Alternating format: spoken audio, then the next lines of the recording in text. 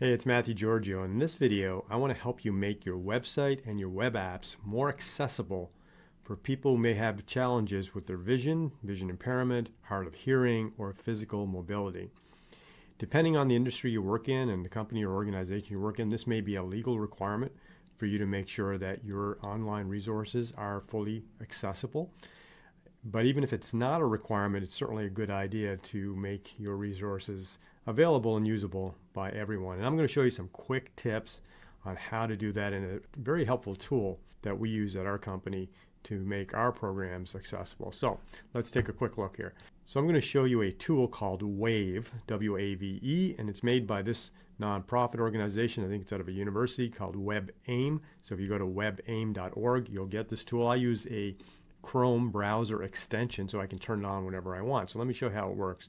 So let's switch over to this one. This is one of our websites. This is businessXP. And I'm going to check to see how accessible this is simply by going to the website, which is where I'm at now.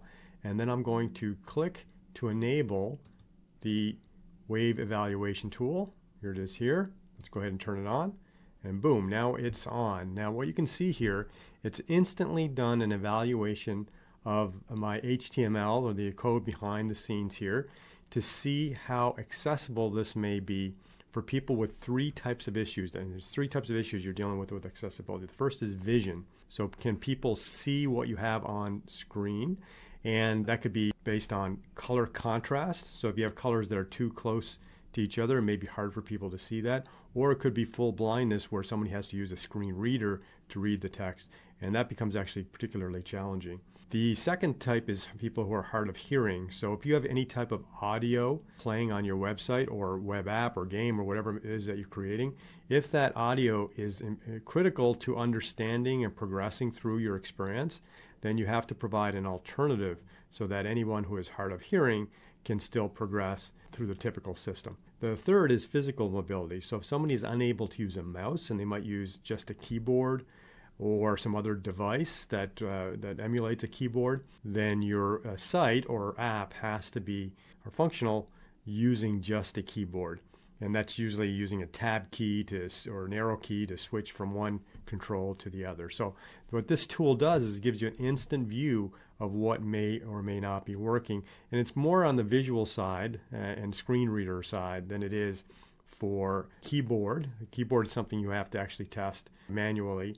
And also anything that's audio based, you have to test that manually. But here, it'll help us with the visuals of the site. So I can see instantly that it's identifying one error on our site, so it's something we'll have to look at. It's also identifying one contrast error. 7 alerts. So alerts may or may not be errors. They're just kind of calling this to your attention. And then some other elements here, which I won't go into too much detail. But if you click on the Details tab, it'll actually show you, and using these icons that you can see, what may or may not be missing. So you can see it's telling me I have one error. It's missing alt text. So if I can find that particular icon, I can fix that alt text that may be missing. There's also a contrast error. If I scroll down here, I can see it here. So it's telling me that this color, this is kind of a dark blue font, on this yellow could be a contrast issue. So that's something I may want to consider.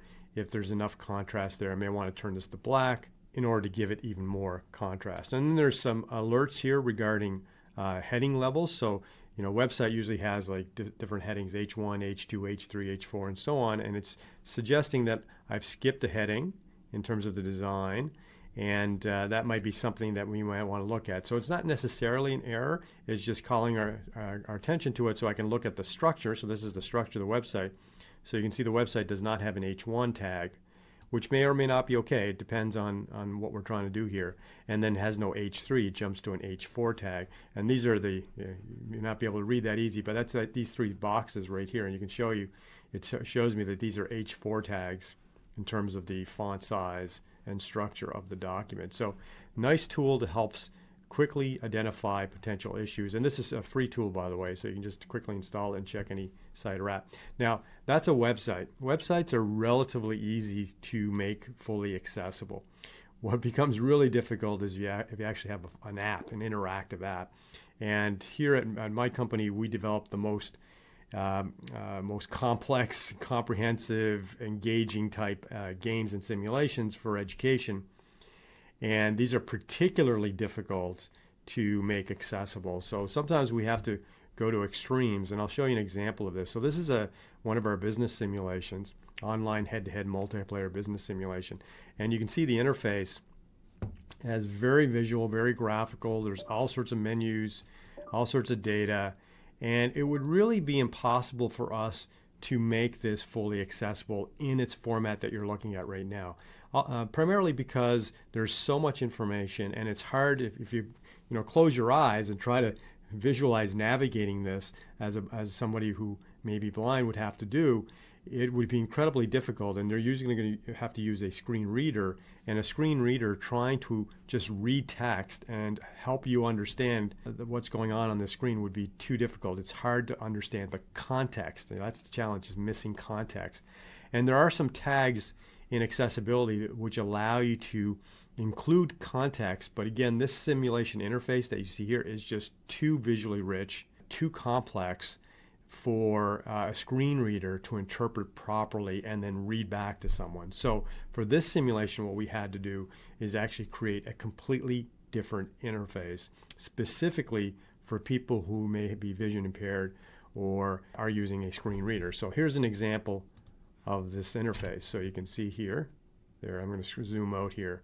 There is the interface. So you can see it's a much simplified interface. Here's our hamburger menu where we can navigate to different areas of the simulation, different screens.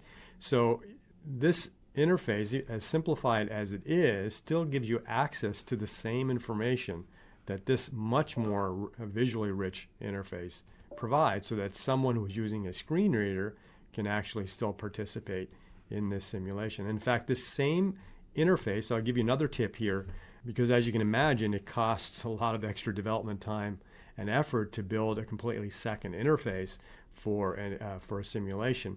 So one of the things you can consider when balancing those the cost and the ROI is that this interface also works well on a mobile smartphone, a mobile device, a small screen device. So this interface here would not work well on a small phone. It would still function technically, but there's so much information that you'd squeeze into a small phone that you wouldn't be able to read it well or click the buttons or tap the buttons.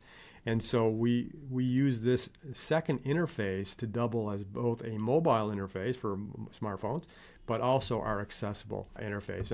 And I can apply the same Wave tool. Let's do that here. I can apply the same Wave tool and check out the interface. So you can see there's no errors. Let me zoom in here. There's no errors at all. No contrast errors, and 11 alerts. So we've done a good job with this interface of making sure it is fully accessible and ADA compliant and other compliance specifications that you have to follow. So you can see we've got some alerts, and I can review those to see if they're a problem. Now, we've already reviewed them, so we know they're not an issue. But this is how you can make your website and web apps more accessible for people with disabilities and align with the legal requirements that you may have, or even, again, if it's not legal requirements, it's always a good thing to make your programs accessible for everyone and give everyone the ability to benefit from your products and services as much as possible. I hope you find this helpful. I'm Matthew Giorgio. BusinessXP is the fastest and most inspiring training ever invented for future business leaders and entrepreneurs. Discover game-based experiential learning at business-xp.com.